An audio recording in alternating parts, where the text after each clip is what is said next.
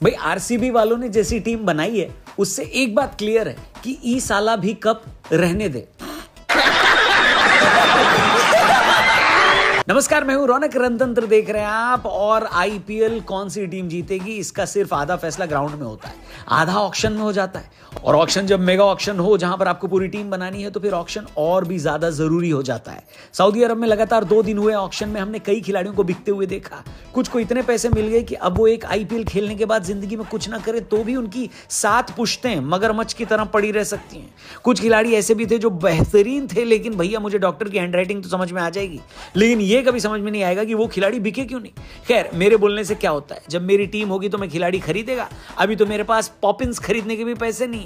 आपके हिसाब से कल यानी ऑक्शन के दूसरे दिन सबसे बेहतरीन खरीदारी किस टीम ने करी है, कमेंट करके बताइएगा। फिलहाल मैं आपको बता देता हूं कल यानी दूसरे दिन क्या रही ऑक्शन की सबसे बड़ी हाईलाइट। नंबर 1, परसों की तरह कल भी आरसीबी वालों ने अपने फैंस से भर भर के गालियां खाई। अब मुझे समझ में आ गया कि आरसीबी के फैंस चेन्नई, मुंबई और कोलकाता से परेशान नहीं रहते, अपनी ही टीम की मैनेजमेंट से परेशान रहते। कल जब ऑक्शन के टाइम आरसीबी की मैनेजमेंट सो रही थी और सारे बड़े बड़े प्लेयर उनकी नाक के नीचे से निकले जा रहे थे, उस वक्त आरसीबी के फैंस ऑल इज वेल बोल रहे थे। ये कहकर अपने आप को तसल्ली दे रहे थे कि अभी विल जैक्स को आना है, हमारी टीम उसके लिए पैसे बचा कर रख रही है। लेकिन कल जब विल जैक्स का नाम सामने आया और मुंबई ने उनको 5 करोड़ 25 लाख में खरीद लिया, सब लोग हसरत भरी निगाहों से आरसीबी की टेबल की तरफ देख रहे थे कि आरटीएम का इस्तेमाल होगा, लेकिन आरसीबी वालों ने यह इस्तेमाल करने से मना कर दिया। फैंस को तो 440 वोल्ट का झटका लग गया, उनके सर से आसमान चला गया, पैरों के नीचे से जमीन खिसक गई। समझ में नहीं आया कि आखिर आरसीबी वालों करना क्या चाहते हो भैया। खुद आकाश अंबानी को यकीन नहीं हुआ, वो अपनी टेबल छोड़कर आरसीबी की टेबल पर आए और हाथ मिलाकर थैंक यू बोला कि आरटीएम का इस्तेमाल नहीं किया आपने, बड़ा अच्छा लगा। हालांकि कई लोगों को लगता है कि टेबल के नीचे मांडवली हुई है और मुंबई ने विल जैक्स के बदले में आरसीबी को टिम डेविड ले जाने को बोला। लेकिन आरसीबी फैंस के हिसाब से यह भी घाटे का सौदा है, क्योंकि विल जैक्स इस वक्त बेहतरीन फॉर्म में है। 175 का उनका आईपीएल स्ट्राइक रेट है। पिछले साल बेंगलुरु के लिए उन्होंने एक सेंचुरी भी लगाई थी। तो फिर आखिर आरसीबी की मैनेजमेंट ने ऐसा क्या सुन लिया जो पैसा और आरटीएम होने के बावजूद उन्हें जाने दिया? आपको कुछ समझ में आया होगा तो हमें बताना, हमारी समझ से तो ये बाहर है। अब की बार भी आरसीबी वाले ट्रॉफी नहीं, दिल गुर्दे फेफड़े ही जीतेंगे ऐसा लग रहा है। क्या बढ़िया था गुरु। हाईलाइट नंबर 2, कई खिलाड़ी महंगे बिके लेकिन उनको दुख बहुत हुआ होगा। मिसाल के तौर पर भुवनेश्वर कुमार, जिनको 10 करोड़ रुपए से ज्यादा मिले, लेकिन 10 साल पुराना हैदराबाद का साथ छूट गया। इस बीच भुवनेश्वर कुमार हैदराबाद के हाईएस्ट विकेट टेकर बन गए हैं, 2 बार पर्पल कैप भी जीती है। लेकिन अब भुवनेश्वर कुमार वहीं से खेलेंगे जहां से उनकी शुरुआत हुई थी, यानी बेंगलुरु। हालांकि भुवनेश्वर के लिए मुंबई ने भी बोली लगाई थी, लेकिन फाइनली उन्होंने दीपक चहर को अपनी टीम में शामिल किया, यानी मुंबई की बॉलिंग लाइनअप होने वाली है बुमराह, ट्रेंट बोल्ट और दीपक चहर। मुझे पता नहीं क्यों ऐसी फीलिंग आ रही है कि मुंबई को अभी 2025 की आईपीएल की ट्रॉफी दे देनी चाहिए। यानसेन पंजाब गए, कृणाल पांड्या विराट के लिए खेलेंगे, नीतीश राणा का भी कोलकाता से पुराना याराना खत्म हो गया, अब वो राजस्थान के लिए हल्ला बोलेंगे। वॉशिंगटन सुंदर गुजरात को बहुत सस्ते में मिल गए, मात्र 3 करोड़ 20 लाख रुपए में। पहले दिन आए होते तो और ज्यादा रुपए में जाते। सस्ते में जाने से याद आया, चेन्नई ने वापस सैम करन को बहुत सस्ते में खरीद लिया। लेकिन इस पूरे ऑक्शन में 2 टीमों ने कोई कप्तानी ऑप्शन नहीं चुना है। आरसीबी के पास तो मौका था, लेकिन उन्होंने फिर भी किसी को नहीं पिक किया। इसका मतलब है कि कोहली इस टीम के कप्तान हो सकते हैं।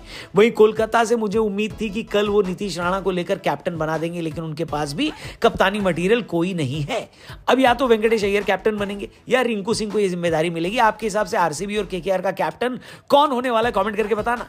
अब बढ़ते हैं हाईलाइट नंबर 3 की तरफ। ऑक्शन के दूसरे दिन कई ऐसे नामों ने सुर्खियां बटोरी जो लोगों ने पहली बार सुनी होंगी, लेकिन अब वो नाम बार बार सुनेंगे। इनमें से एक नाम था वैभव सूर्यवंशी, बिहार के 13 साल के बल्लेबाज का, जो आईपीएल में अब तक के यंगेस्ट खिलाड़ी बन गए। सूर्यवंशी को राजस्थान की टीम ने 1 करोड़ से ज्यादा रुपए में खरीद लिया। अब आप सोचो, 13 साल का बच्चा करोड़पति बन गया। और यहां पर कुछ लोग 40,000 रुपए में बॉस के लिए पीपीटी बनाते हैं, बताइए। अरे बाप रे, ये तो धोती खोल रहा है। मैं तो बस ये सोच रहा हूं कि 13 साल की इस लड़के को पैसे भी मिलेंगे और साथ में राहुल द्रविड़ की कोचिंग भी मिलेगी। इसके अलावा दिल्ली के प्रियांश आर्या के लिए भी बहुत लंबी चौड़ी बोली लगी है। 30 लाख के बेस प्राइस वाले प्रियांशु 3 करोड़ 80 लाख में पंजाब के लिए खेलेंगे। इस साल दिल्ली प्रीमियर लीग में प्रियांश ने 1 ओवर में 6 छक्के लगाए थे और वहीं से उनकी किस्मत खुल गई। लेकिन हैरानी की बात यह है कि आईपीएल विनिंग कप्तान डेविड वार्नर अनसोल्ड रहे और अब शायद आईपीएल कभी नहीं खेलेंगे वो। और भी ज्यादा ताज्जुब तब हुआ जब लॉर्ड शार्दुल ठाकुर भी नहीं बिके। लेकिन सच बताऊं तो मेरा दिमाग तब खराब हुआ जब अर्जुन तेंदुलकर का नाम आया और मुंबई वालों ने पेडल नहीं उठाया। मेरा तो भरोसा ही उठ गया था भाई साहब दुनिया से कि अब यहां पर नेपोटिज्म भी नहीं चल रहा है, बताइए क्या बात कर रहे हैं। लेकिन स्क्वाड के प्लेयर पूरे करने के लिए एक बार फिर अर्जुन का नाम सामने आया और अब की बार 30 लाख में उनको खरीद लिया गया। अब नेपोटिज्म पर मेरा भरोसा एक बार फिर से कायम है।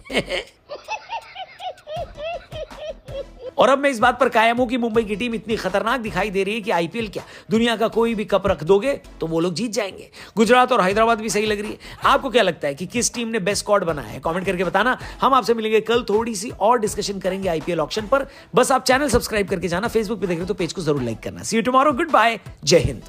आईपीएल 2025 का मेगा ऑक्शन समाप्त हो चुका है। सभी 10 फ्रेंचाइजियों ने 2 दिनों में 182 खिलाड़ियों पर 639 करोड़ रुपए खर्च किए। ऋषभ पंत 27 करोड़ रुपए में बिके जो एलएसजी ने खरीदा है। श्रेयस अय्यर 26 करोड़ रुपए बिके जो पंजाब की टीम ने खरीदा है। और वेंकटेश्वर अय्यर 23 करोड़ रुपए में केकेआर ने इनको खरीदा है। ये 3 सबसे महंगे खिलाड़ी हैं। 13 वर्षीय वैभव सूर्यवंशी आईपीएल नीलामी में चुने जाने वाले सबसे कम उम्र के खिलाड़ी बन गए हैं, जिन्हें राजस्थान रॉयल ने 1 करोड़ 10 लाख रुपए में खरीदा। तो वहीं युजवेंद्र चहल 18 करोड़ रुपए में पंजाब की टीम ने सबसे महंगे स्पिनर को खरीद लिया है। भारतीय तेज गेंदबाज की बात करें तो भारतीय तेज गेंदबाजों ने भी खूब सुर्खियां बटोरी हैं। भुवनेश्वर कुमार को आरसीबी ने 10 करोड़ 75 लाख रुपए में खरीद लिया है। वहीं आकाशदीप को भी एलएसजी ने 8 करोड़ रुपए में, और वहीं दीपक चाहर को भी मुंबई ने 9 करोड़ 25 लाख रुपए में खरीदा। मुकेश कुमार डीसी 8 करोड़ रुपए में और तुषार देशपांडे को राजस्थान रॉयल ने 6 करोड़ रुपए में खरीदा। तो देखा जाता है सभी को ऊंची कीमतों पर खरीदा गया है। इस बार सबसे ज्यादा बोली ऋषभ पंत पर लगी है, जो 27 करोड़ रुपए लखनऊ ने खरीदे।